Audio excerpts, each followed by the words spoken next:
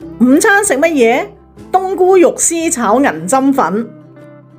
冬菇切片，豬肉切絲，然後按照熒光幕嘅調味料醃佢半個鐘。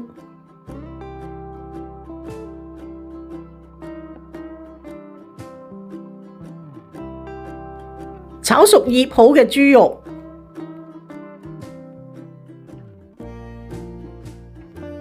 爆一爆啲冬菇，然後落銀針粉炒2至3分鐘，落少少鹽調味，響鑊邊淋入1湯匙嘅生抽兜勻，加返我哋炒熟嘅肉絲啦、蔥同埋紅辣椒兜勻就可以上碟。呢個懷舊嘅冬菇肉絲炒銀針粉係咪好易做呢？記得訂閱我啊！逢星期3新片上架，下個禮拜3見。